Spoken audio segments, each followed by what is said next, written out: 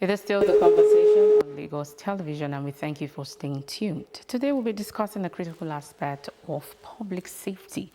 Our topic is emergency coordination in Lagos. As a fast-growing mega city, Lagos experiences various emergency situations. You have human-induced incidents at you have fire, accidents, you have the accidents on the roads and all. But how well are these emergencies managed?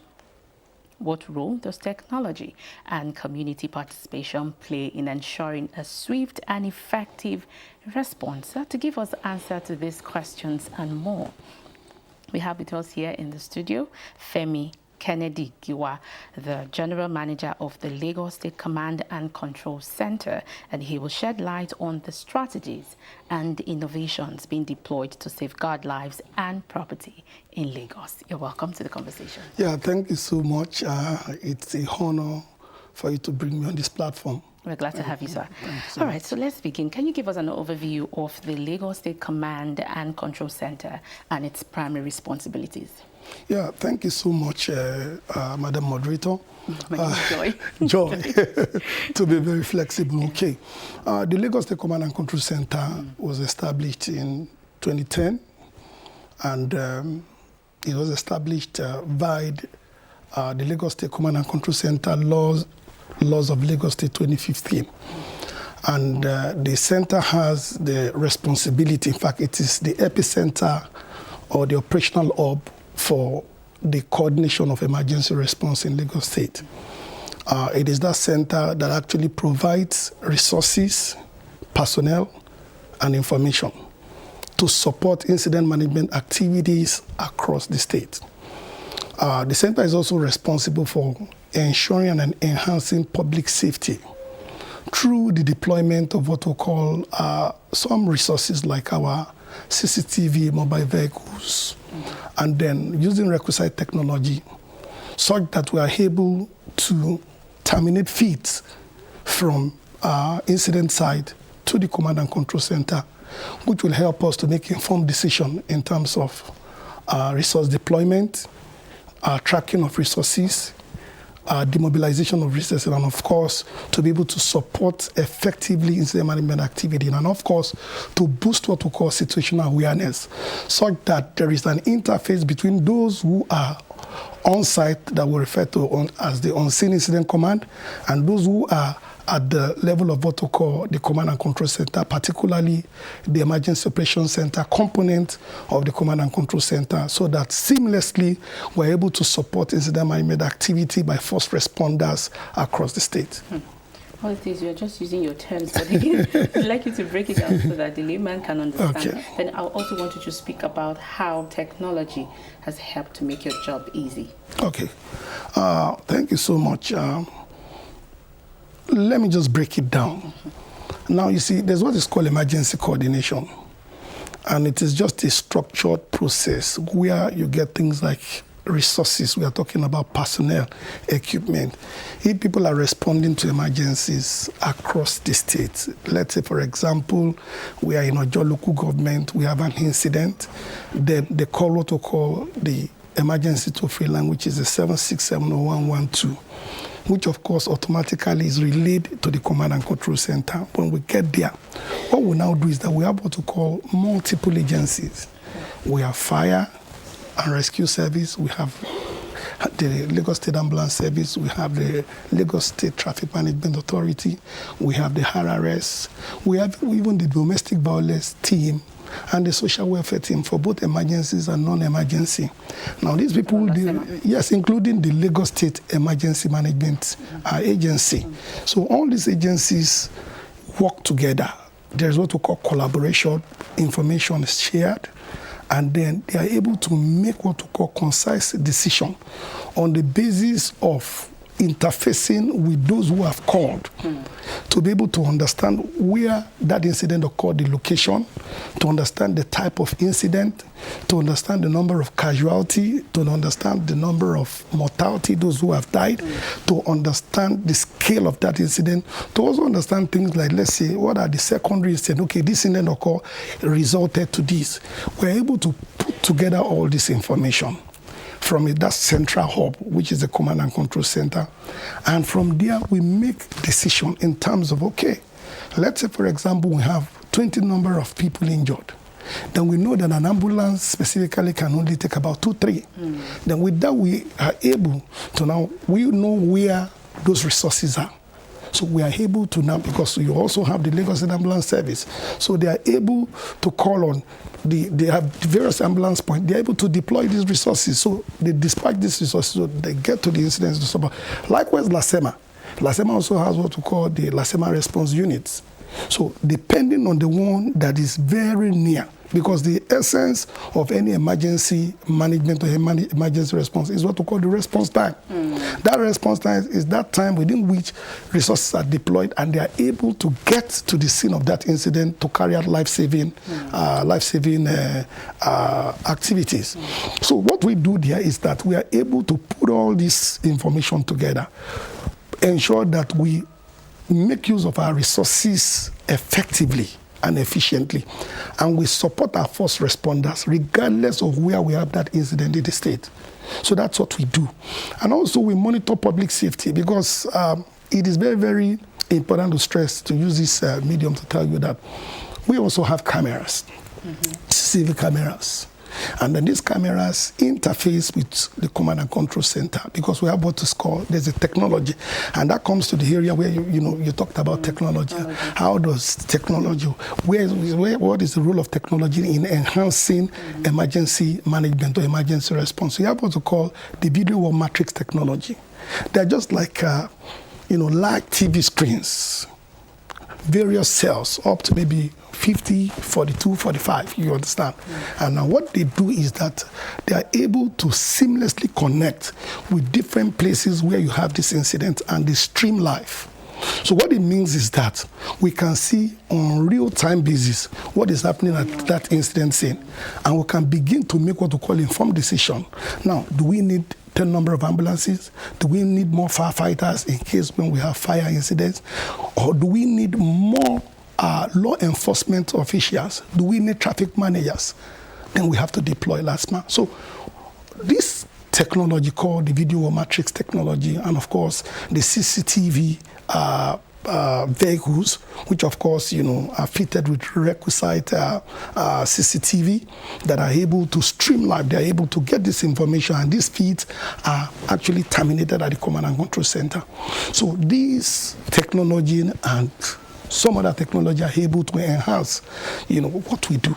The CCTV vehicles now that you've talked about, Yes. and you have the cameras, you have them everywhere in business. No, one thing you need to understand is that the states, through the instrumentality of our amiable governor, our governor has been doing Mr. Governor has done so much in terms of provision of most of these resources that we need.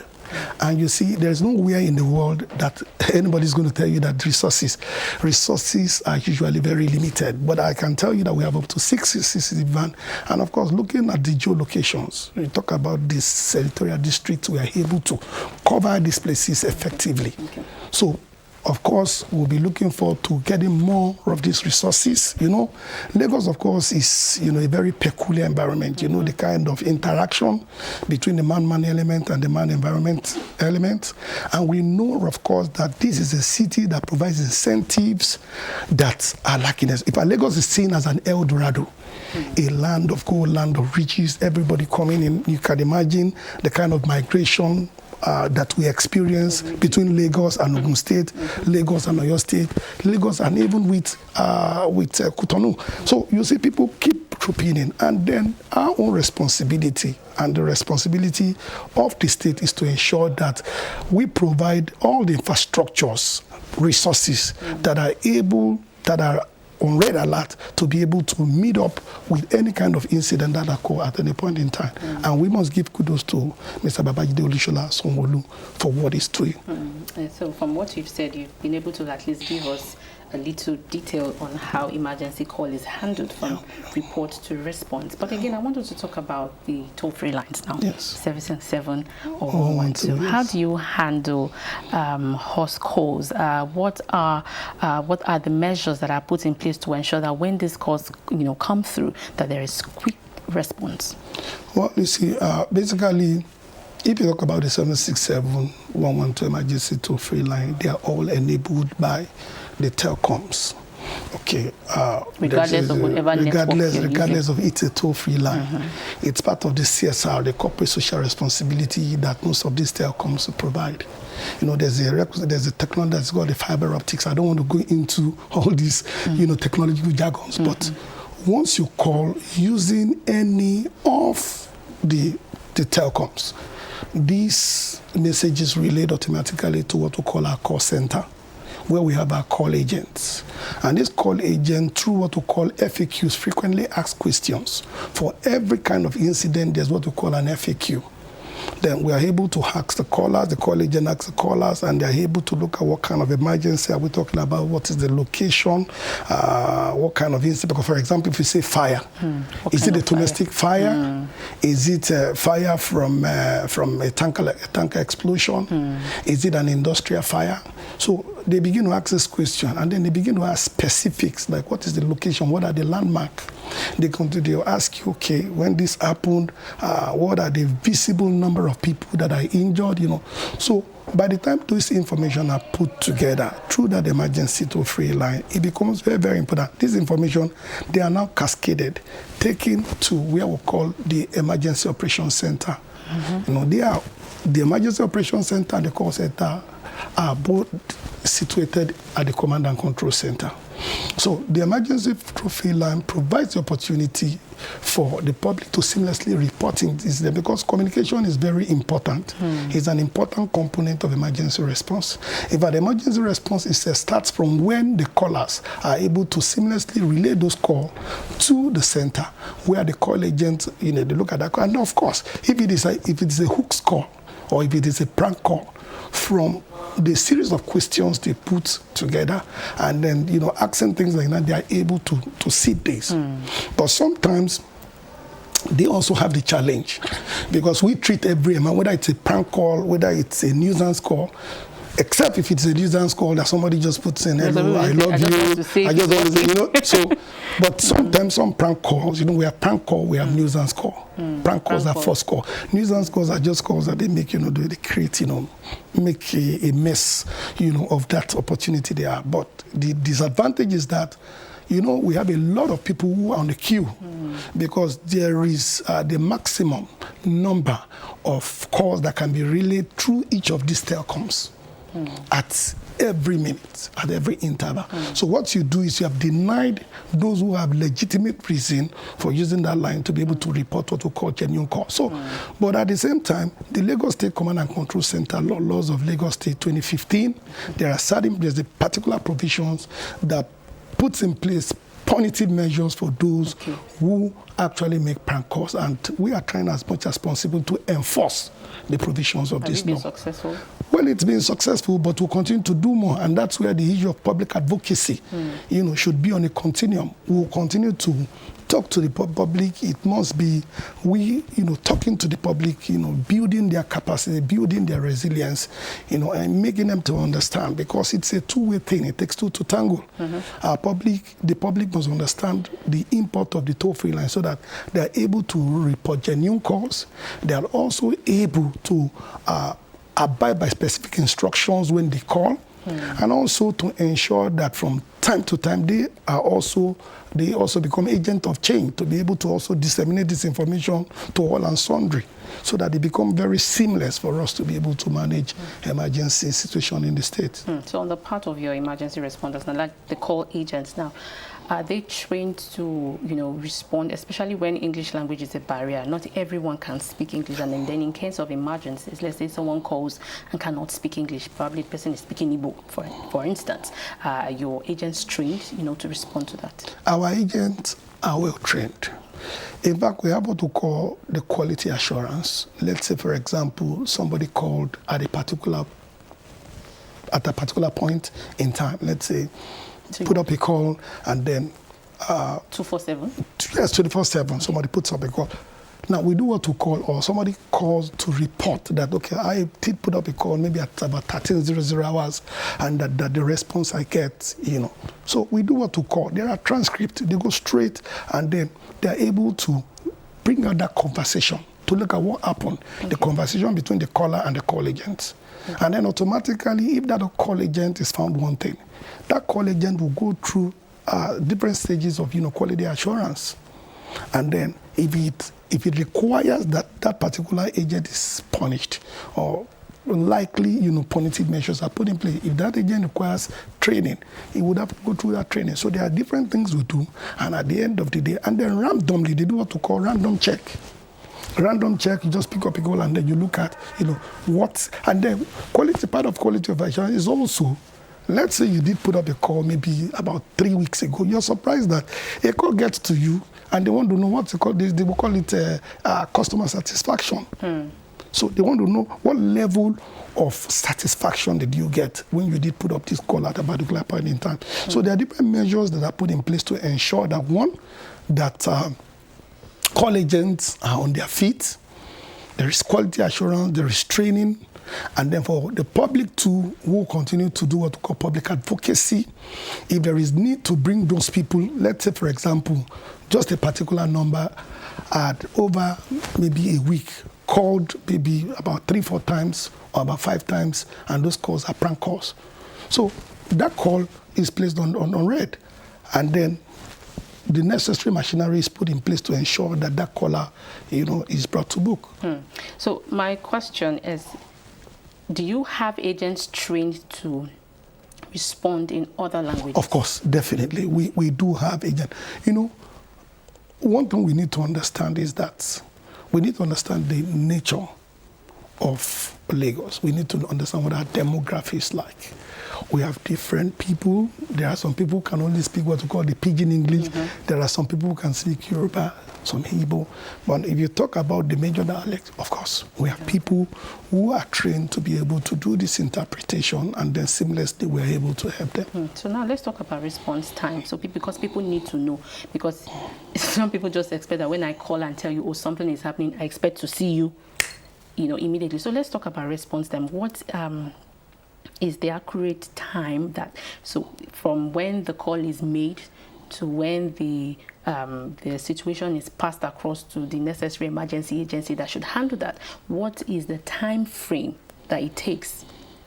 Well, specifically, that question, we need to look at that question logically. There is an expectation from the public. There are guidelines or set rules for response time that we intend to achieve. Because we called and they didn't come on time. We didn't get them on time. You see, for us, as government agencies, our responsibility is to have what we call improved response time. Sometimes we say between 5 to 15 minutes. We ensure that even when we dispatch our first responders, we expect that the first responders, they activate their plans, mobilize their resources, and they're able to get to the scene of incident to begin what we call life-saving activities. But then we must also take into cognizance a lot of factors. One, when the caller calls, how serious is that caller? Is the caller able to provide information? And sometimes we say we try as much as possible to train people on what we call the skills assessment. You may ask me, what is skills assessment? Yeah. Skill assessment means we want to know, one, what are the safety concerns as far as that incident is concerned. That's the first S. The C is what are the number of casualties. We don't know the number of dead and injured. The A is you should be able to provide out with what we call access and egress. How do we get into that zone, incident zone? How do we get out? Okay. The L is location. Give us specific landmark. You cannot tell me Alasia. There is an Alasia as you move through Lagos Ibadan. There's another Alasia around Oshodi. So you should be able to tell us specifically, this is Alasia, this particular. So that else, then you tell us the emergency type. Because, for example, you can't be telling us fire. There is a fire incident. Is it a fire? Is it a residential fire? Is it an industrial fire? Is it a fire from a dump site? Is it a fire from the market? Is it a multiple casualty incident? There is, various, vehicles, smashing themselves and then we have fire? Or is it a tanker that have turned? So the emergency type, you must be specific in giving us information with respect to it. Then also, secondary incident, because let's say a tanker upturned and then we have fuel. Of course, gushing out and then we now have fire. Remember that the initial incident was the Takada turn. Yeah. Now, because of the fact that the fuel started gushing out, and then maybe somebody just fulfilled what we call the triangle of fire, fuel, oxygen, and heat coming together, and there's fire. That's a secondary incident. So when we want to dispatch our first responder, as much as we want to ensure that we are able to suppress, that fuel that is already going, at the same time, we also need to take care of fire. So these are very, very important things that, of course, are important when our collegians, when they use all this form of assessment to be able to gather. So these are very, very important to determine, how we respond. Then, of course, we talk about traffic congestion. We talk about congestion at a particular time. Let's say we have, maybe as a result of that incident, almost all roads. So we begin to look for alternative. We are not spirit.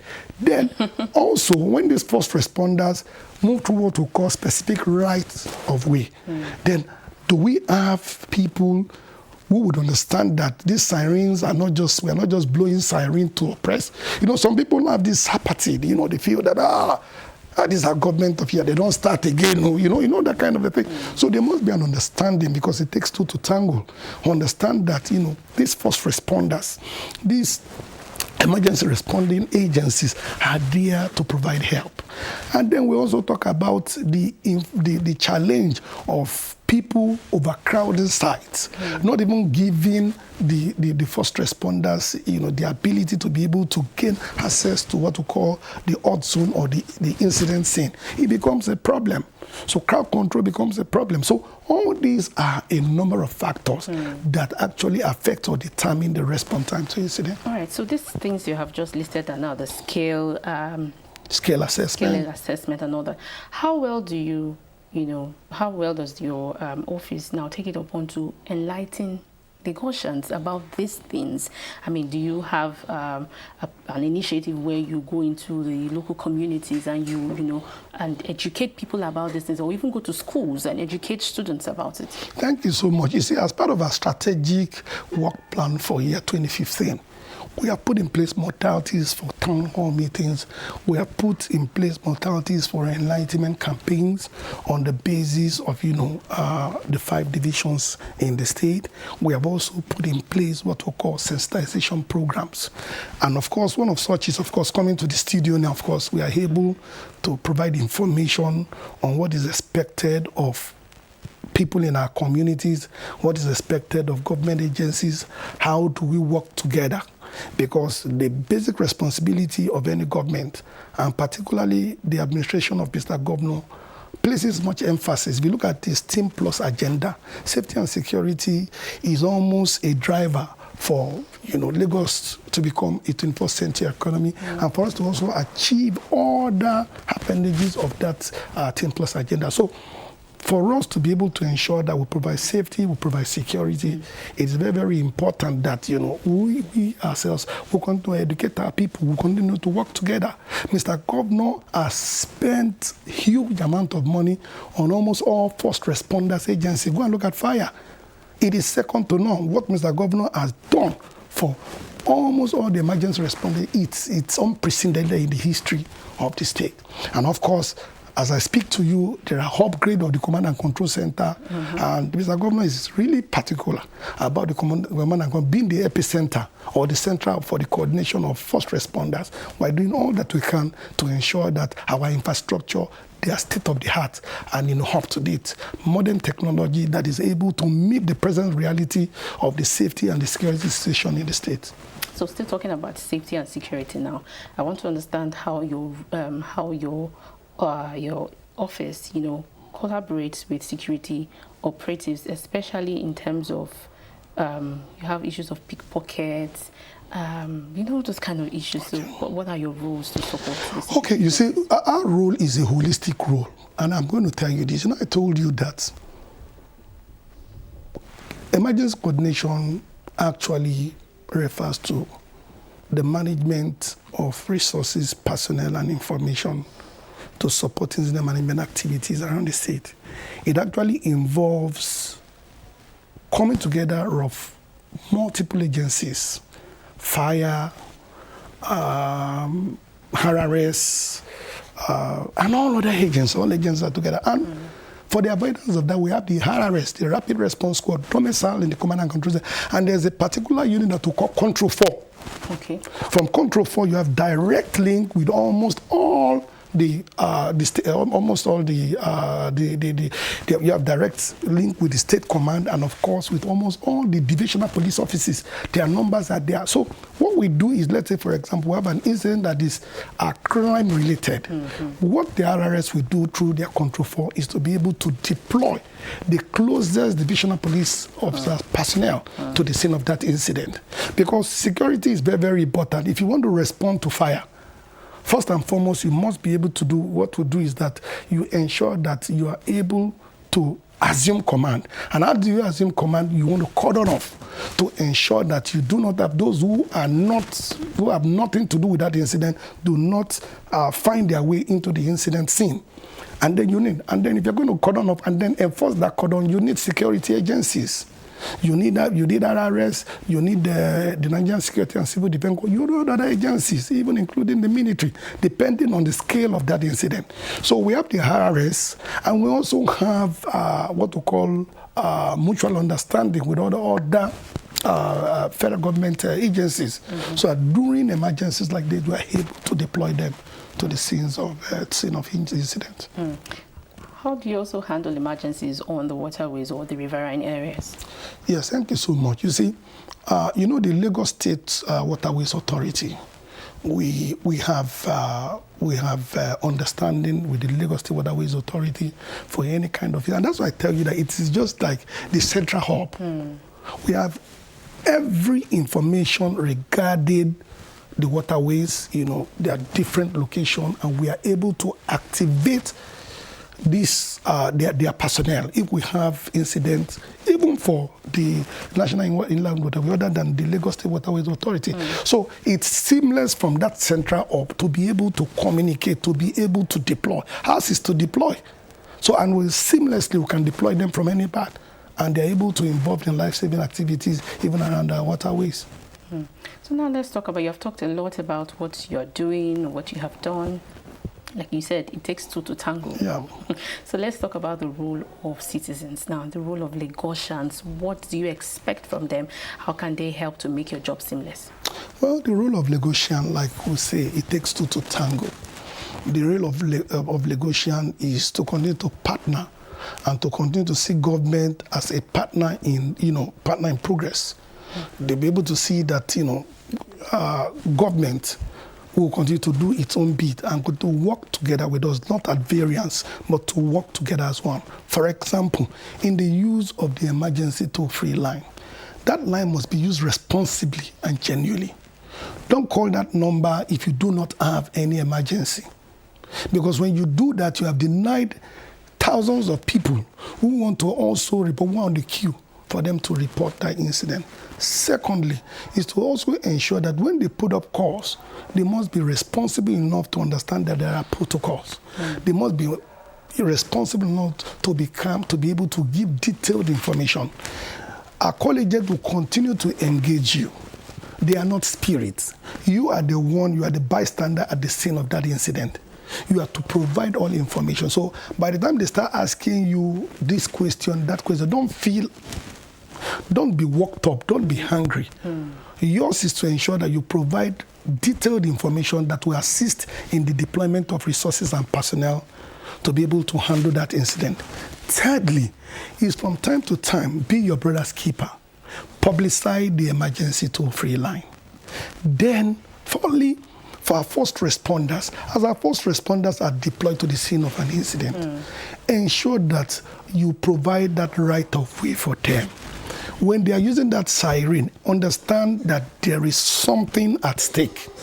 A life is at stake. There's what is called the golden hour. It's that timeline between life and death.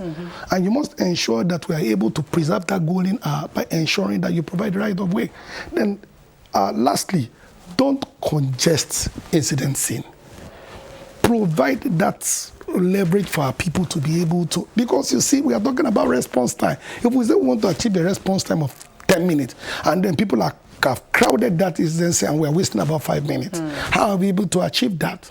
So that's why sometimes when you throw stones at firefighters, when you throw stones at emergency responders, it is not.